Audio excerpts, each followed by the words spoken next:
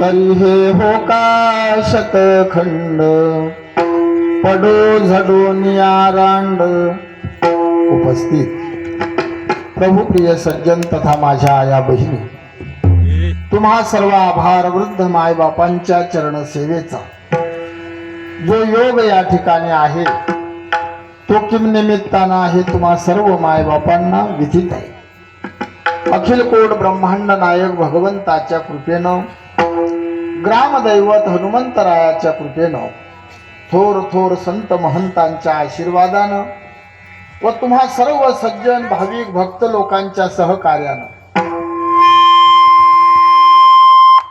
या पवित्र पावन गावामध्ये गेल्या 75 वर्षापासून हा दिव्य सोहळा तुम्ही सज्जन लोक साजरा करत आहात. एक एकाहुनी बळी रे महान महान गंधर्व लोक या ठिकाणी आहेत. वारकरी पंथाचं वैभव आदरणीय पूजनीय आमचे कैलासजी बाबा पौळ आहेत. संगीत अलंकार याच भागातले आमचे संतोष बाबा तेलगवानकर आहेत. तेलगावन हा गावाचं नाव हा याच गावचे परशुराम महाराज आहेत. मृदंग सम्राट आमचे माऊली महाराज कदम आहेत. दुसरे मृदंगाचार्य विष्णू महाराज आहेत.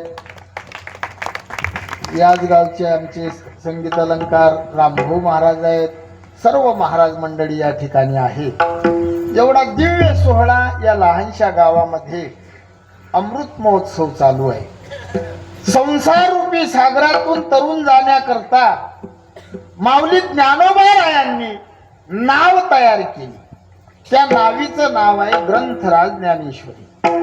अशा महान ग्रंथाचं पारायण या भूमीमध्ये होत आहे. ज्यांच्या मुखातून पारायण आहे आदरणीय मधुकर बाबा पांचाळ. तसेच भगवंताची गोड अशी कथा आमचे गोविंद बाबा दारेफळकर यांच्या मुखातून होत आहे. आणि आज तिसऱ्या दिवसाची सेवा या भागाचं वैभव आम्ही ज्यांच्यावर मोठ्या भावासारखं प्रेम करतो आमचे कैलास बाबा पौळ यांनी या गावाच्या वतीनं 2-4 महिन्याच्या आधी या गावाच्या वतीनं मला निमंत्रित केलं. आणि वेळोवेळा आमच्याशी संपर्कामध्ये आमचे रामभाऊ महाराज राहिले. म्हणून तुम्हा सर्व मायबापांच्या दर्शनाचा योग आला. मी सेवेसाठी जो अभंग निवडला बस ना परत येतं की जातात अर्जंट असेल तर जाय. आवाज याच्यात विठ्ठल विठ्ठल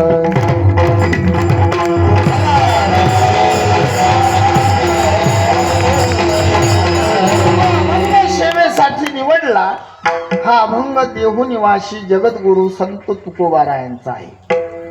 आणि तुकोबाराय या अभंगाच्या माध्यमातून देवाशी बोलत आहे. देवाला सांगतात विठोबा तुझ्या नामाच्या दृष्टीनं माझी जीभ कर्म व्यभिचार व भोग व्यभिचार रहित आहे हे पटवून देतात. आणि व्यंजनावृत्तीनं जगताला उपदेश करतात असा आजचा अभंग आहे. आता प्रश्न असा आहे उपदेश कुणी कराव, कुणाला कराव, कसा कराव, कशा करता कराव. उपदेश म्हणजे काय? उपदेशाचे 3 प्रकार: प्रभू सम्मित उपदेश, सुहृद सम्मित उपदेश आणि कांता सम्मित उपदेश. उपदेश गुरु करतात, उपदेश साधू करतात, उपदेश मायबाप करतात. पहिला प्रश्न तुकोबाराय आपले कोण आहे? जगद्गुरु तुका अवतार नामयाचा संप्रदाय सकळांचा येथोनिया श्री तुकोबाराय हे जगाचे गुरु आहेत. तुकोबाराय साधू आहेत.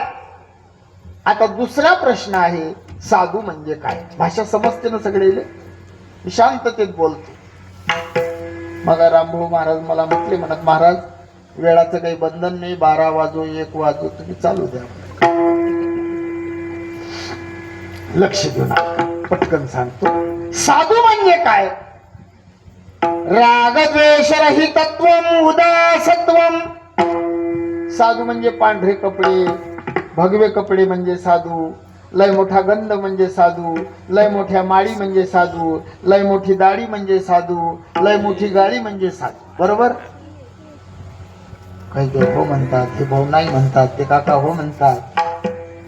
साधू दाढीनं नाही, साधू माळीनं नाही, आपल्या माळीपेक्षा जाड्या माळी बाजारातले गाई म्हशीचे दलाल घालतात. दलालच म्हणतात नाही का? माळकऱ्याची गाय विकत घेऊन कापणाऱ्याला घटकाला विकतात. साधू आहे नाही. साधू जरा वेगळ्या साध्या भाषेत सांगतो, कपड्यानं साधूच नाही. एखादा जीन्स पॅन्ट वाला असेल, पॅन्ट जीन्स आहे, पण आईला रखुमाबाई मानते, बापाली विठोबा मानते, तो साधू आहे.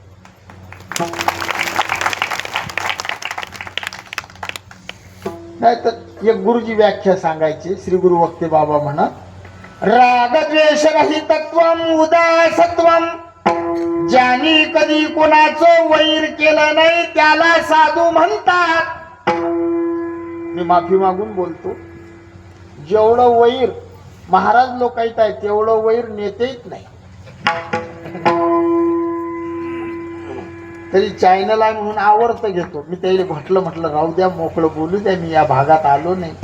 ते ऐकून नाही राहिले. माझे मोठे मोठे चॅनलवाले ऐकतात.